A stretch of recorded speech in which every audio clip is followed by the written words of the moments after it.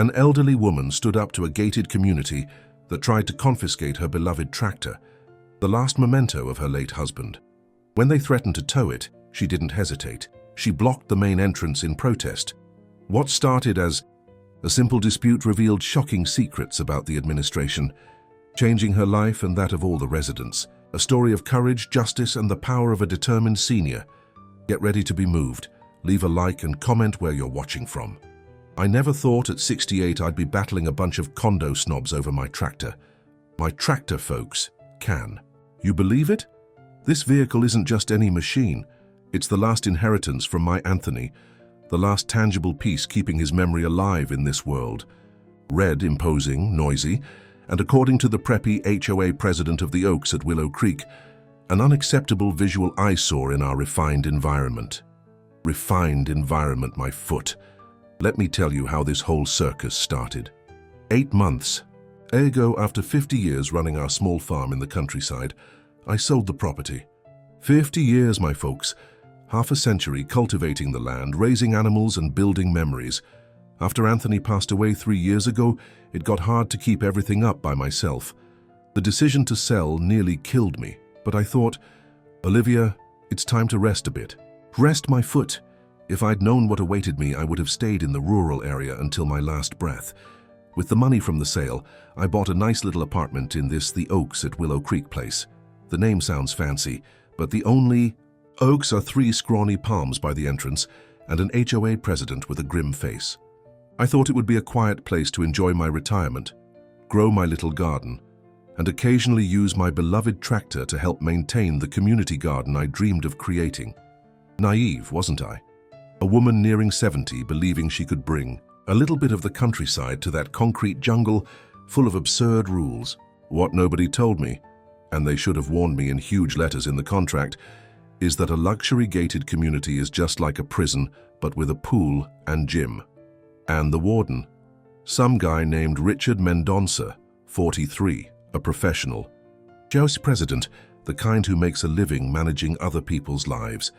Slicked back hair, impeccable suit, and a smile faker than a $3 bill. You're probably asking yourselves, but Mrs. Olivia, didn't you read the regulations before signing? Of course I read it, my dear. Or at least I thought I did. The document had letters that were way too small. A conspiracy against senior citizens, I say, and at no point did it mention tractor prohibition. It vaguely mentioned aesthetic standards and inappropriate equipment. But how was I supposed to guess that my tractor, which would fit perfectly in the apartment's double garage, would be considered inappropriate? Right in the first week, folks, while I was still unpacking moving boxes, I got a written notice.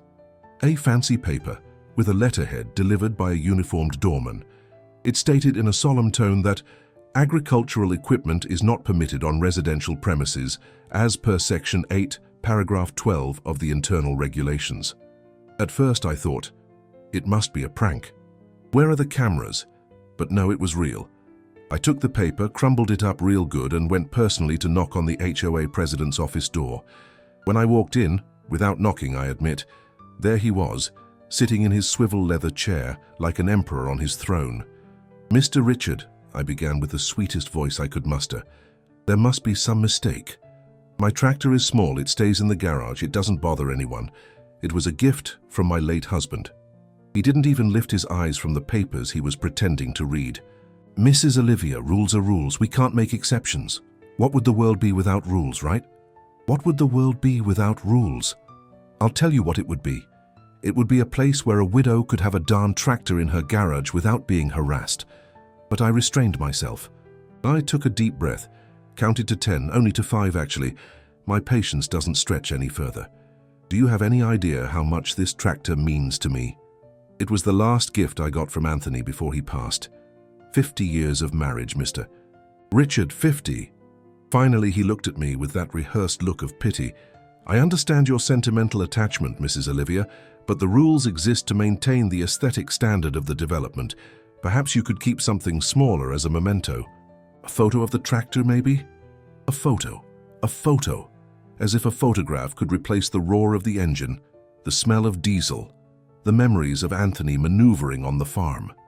I left that office fuming, my cheeks burning with anger and stubborn tears wanting to fall. But Olivia Smith doesn't cry in front of condo preppies. I cried later, alone, sitting in the armchair I brought from the farm, looking at the tractor parked in the garage. It was at that moment that I decided I won't back down. I've never backed down in my life, and it wouldn't be some little paper with a golden letterhead that would make me bend my knees now. I am stubborn, determined, and loyal to the end, characteristics that kept me strong for decades managing a rural property. The internal conflict that haunted me was, to what extent should I give up what defines me to fit into this new world? Of arbitrary rules. The answer came like lightning, not an inch. If they wanted war, they'd get war. Stay silent, strategic war, the way a senior woman knows how to wage it. After all, I didn't reach 68 with perfect health and all my mental faculties intact for nothing. My first act of resistance? I painted the wall of my house. Yes, you heard that right. I hired a young man who did graffiti, a very polite young man I might add, and had him cover that bland white wall with a beautiful mural of wildflowers. Bright, vibrant colors, the kind of thing that would make the HOA president choke. On his breakfast when he left the house and came face to face with that explosion of life. The neighbors loved it, especially Mrs. Eunice from 302 and Mrs. Celia from 305, two women who quickly became my allies in the battle against HOA tyranny.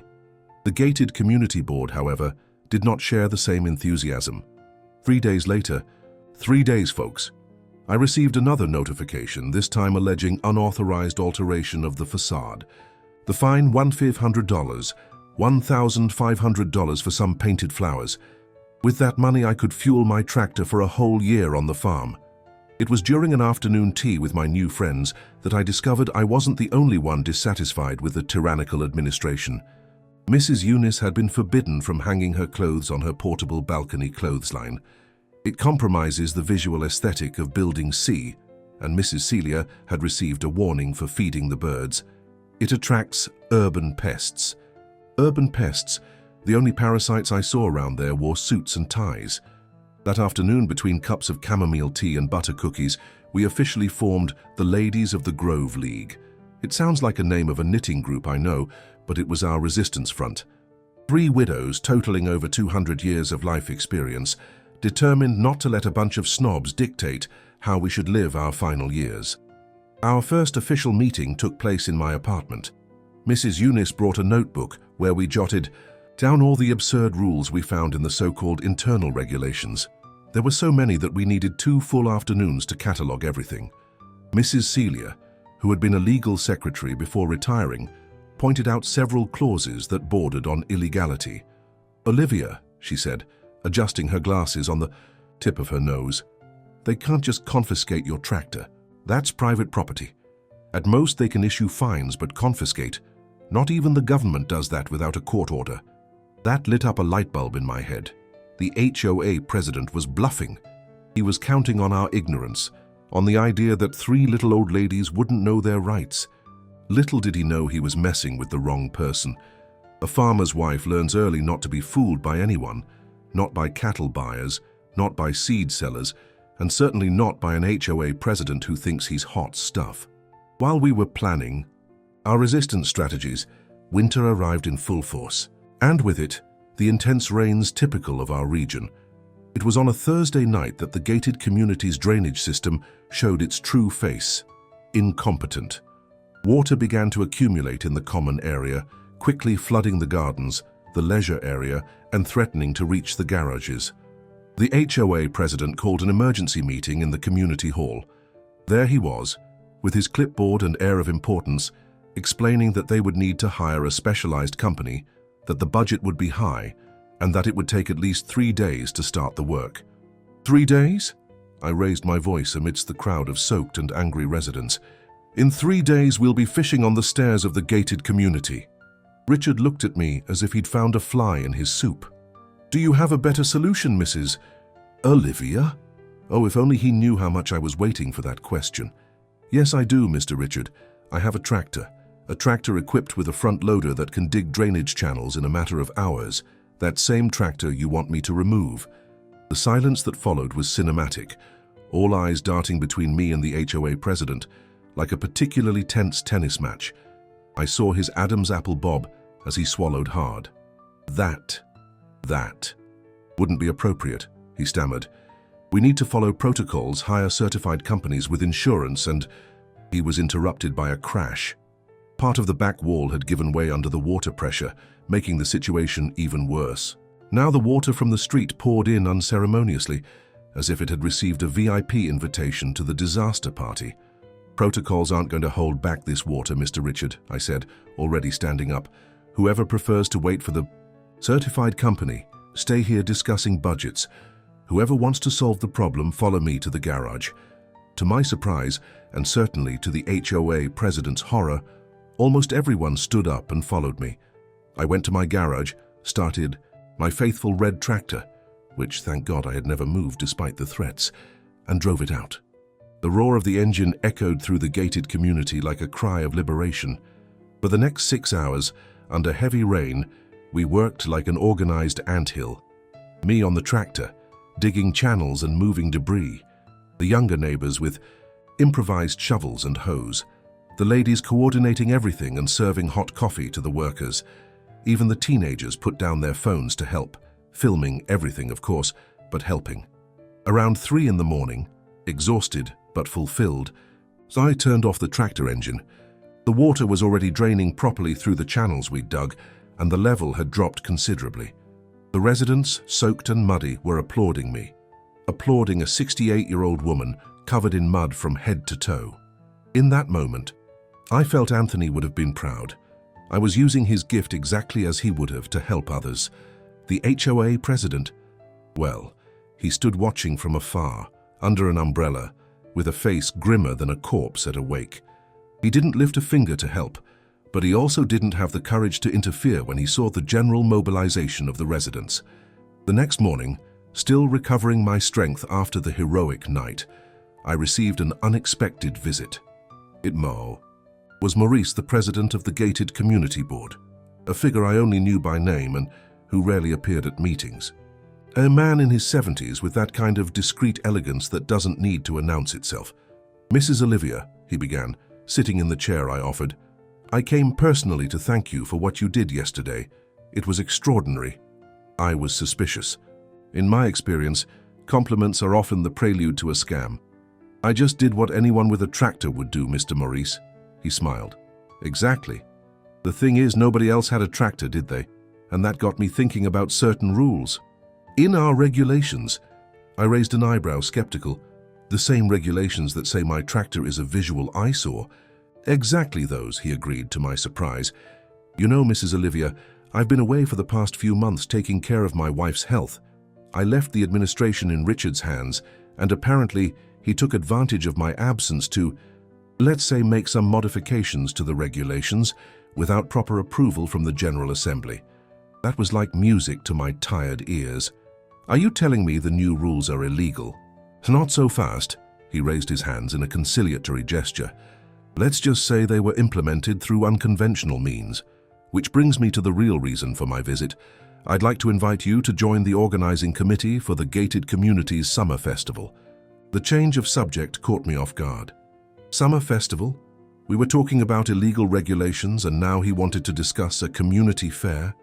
Mr. Maurice, with all due respect, what does one thing have to do with the other? He leaned forward, lowering his voice as if sharing a state secret. The summer festival is when all the residents will be gathered, including the board members.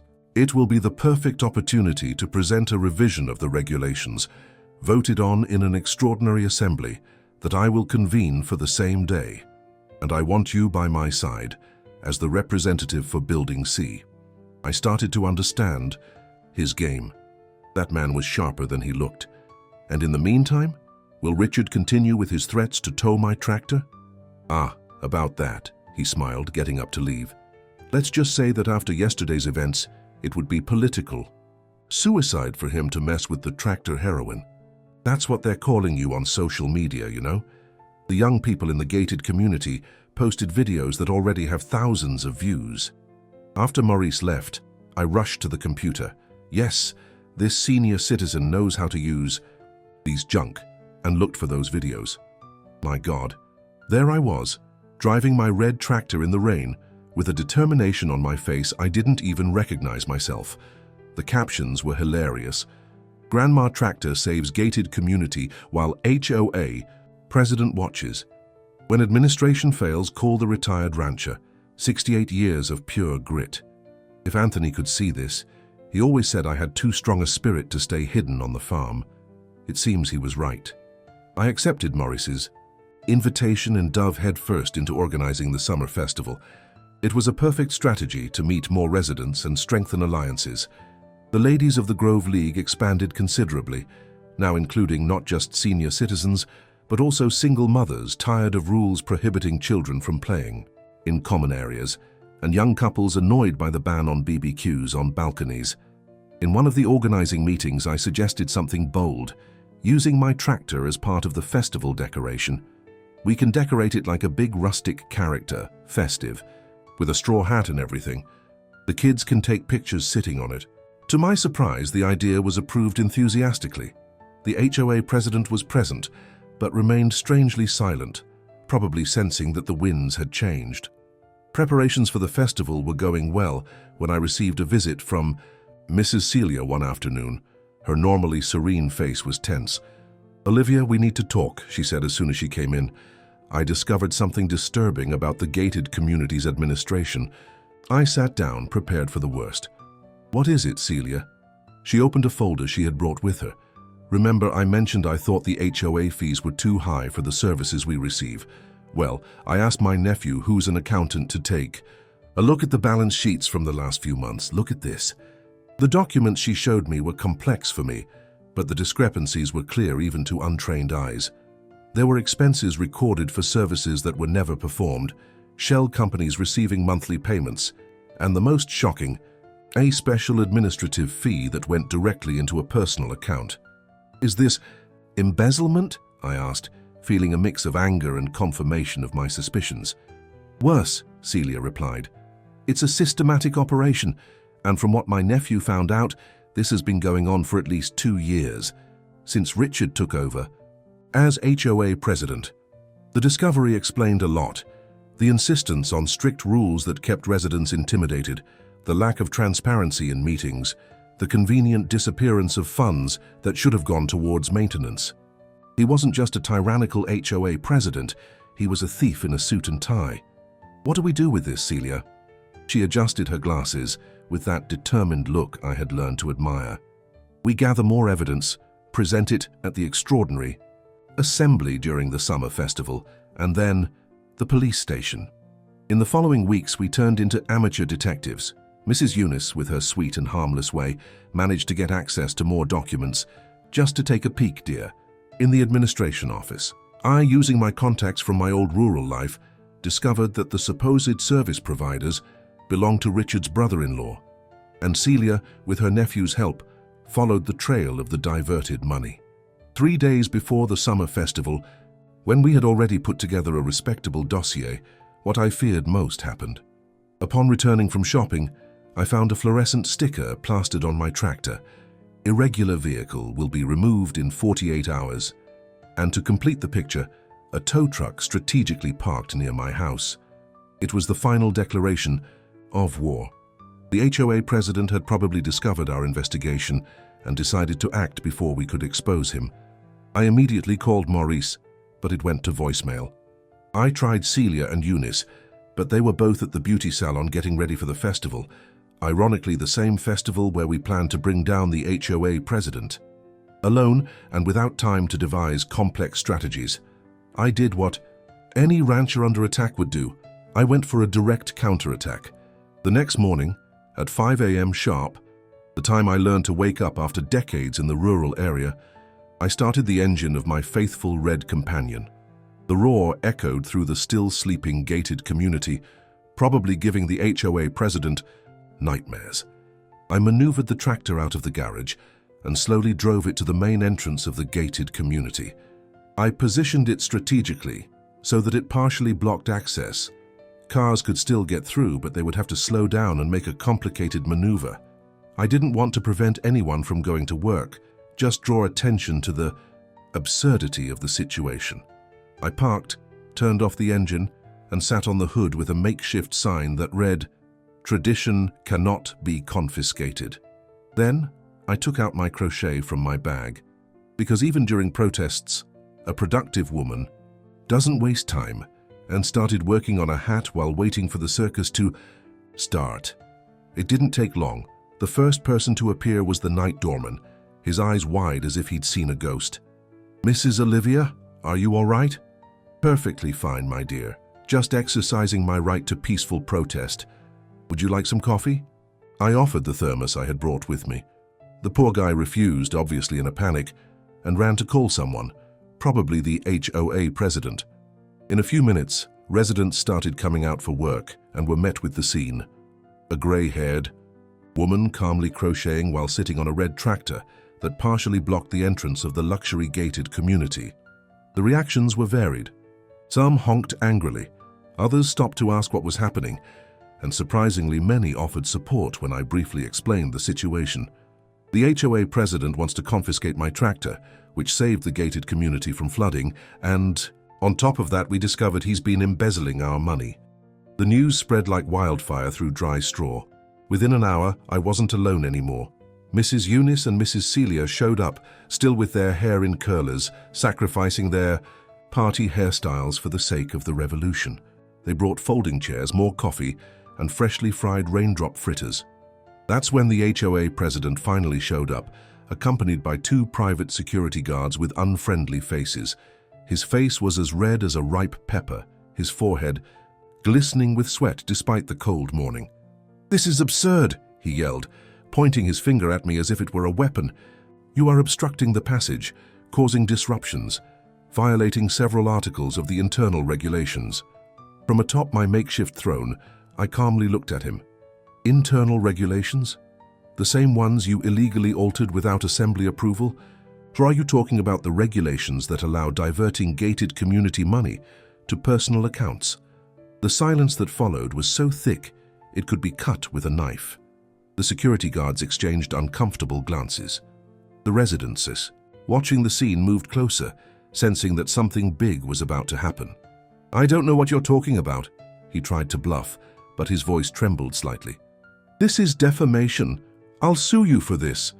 Mrs. Celia, my hero with glasses and curlers, stepped forward with her folder of documents. "Defamation requires a lie, Mr. Richard. With evidence, it's called a complaint. And guess what we have right here?" It was at that moment that I noticed something unusual: cameras. Not just cell phones from curious residents, but professional cameras. Apparently, someone had alerted the local press about the Grandma Tractor protest. A TV station van was parked outside the gated community, and reporters were trying to convince the doorman to let them in.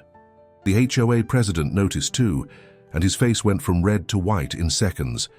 He tried to turn around and escape, but was surrounded by furious residents who were now demanding explanations about the accusations they had just heard. It was chaos. Shouts, accusations, cell phones filming everything.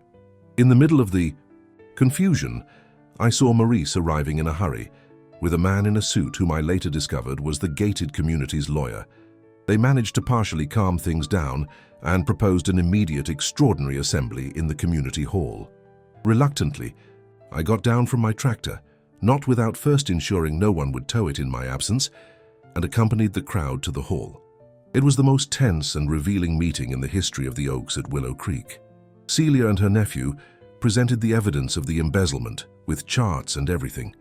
Eunice revealed documents showing how the HOA president had altered the regulations without following legal procedures.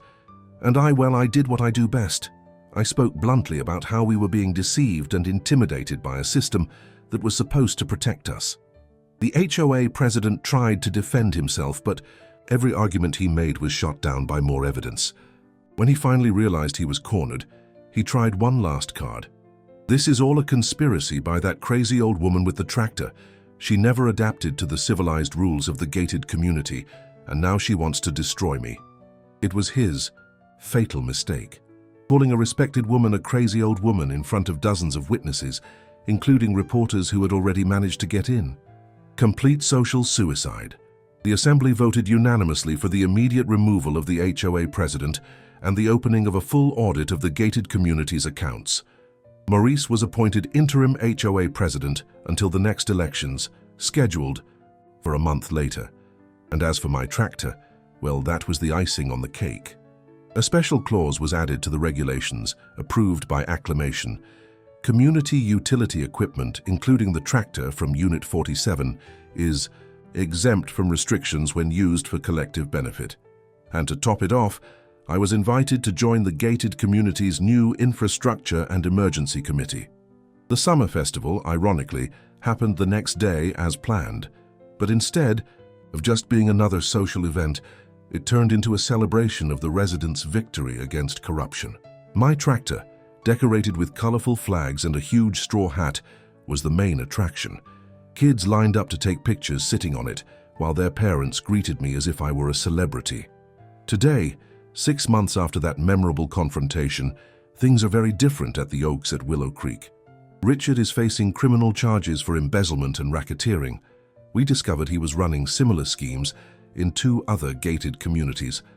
HOA fees were reduced by 30% after the full audit and the elimination of fraudulent contracts. And my tractor, well, it's officially registered as community emergency equipment. Twice a week, I give gardening classes for the gated community's children, using it as an educational tool. The community garden I dreamed of creating now occupies a prime spot near the leisure area. We produce lettuce, tomatoes, carrots, and even strawberries, which are distributed among residents or donated to a local charity. The most surprising thing, the newly elected HOA president, Maurice, invited me to permanently lead the Infrastructure Committee. "We need people who know how to make things happen," he said during his inauguration, "and who have the courage to face the system when necessary. Sometimes, when I'm sitting on my red tractor, watering the vegetable beds with the afternoon sun hitting my face, I feel Anthony would have been proud, not just for keeping his precious gift, but for turning a conflict into an opportunity to build a better community." That tractor, which he taught me to drive between laughs and a lot of patience, ended up becoming a symbol of resistance and unity. Who would have thought that at 68 I would become some kind of local heroine? The kids call me Grandma Tractor, the adults greet me with respect in the hallways, and best of all, 3 other gated communities in the area have invited me to give talks on how to fight HOA tyranny. I became a speaker for senior citizens, look at that. And the tractor, it's still there, red and imposing in my garage. Sometimes, on the quietest nights, I go down, sit in the driver's seat and talk to Anthony. I tell him how his gift changed not just my life, but that of an entire community. How it transformed a lonely widow into a community leader. How it gave me a new purpose when I thought all I had left was watching soap operas and crocheting until the end of my days. "Anthony," I say to the emptiness that still aches after 3 years, "you always said I was too stubborn for my own good. It seems my stubbornness finally served a good purpose. And I swear that sometimes, when the wind blows in a special way through the garage, I can hear his hoarse laugh answering me. I always knew, Olivia. I always knew. The truth is, it's never too late to fight for what's right. It's never too late to reinvent yourself. And definitely never ever is it too late to block the entrance of a gated community with a tractor when bureaucracy and corruption try to swallow you whole. Oh, and if you ever pass by the Oaks at Willow Creek and see a grey-haired woman driving a red tractor through the gardens, honk. It's probably me, Grandma Tractor, still doing what I do best, causing the necessary revolution with a smile on my face and firm hands on the wheel. Because that's the lesson I learned on this whole journey. When they try to confiscate your tractor, whether it's literal or metaphorical, don't give it up. Block the main entrance and force everyone to face the problem. Sometimes a stubborn woman on a red tractor is all the world needs to turn just a little fairer. And now, if you'll excuse me, I have to go. The Infrastructure Committee meeting starts in half an hour, and as they say, I'm known for my impeccable punctuality. After all, anyone who drives a tractor learns that in life, just like in the fields, timing is everything. Until the next story of senior rebellion. And remember, age is just a number, stubbornness is a superpower, and a good tractor is worth more than 1,000 words in poorly written internal regulations.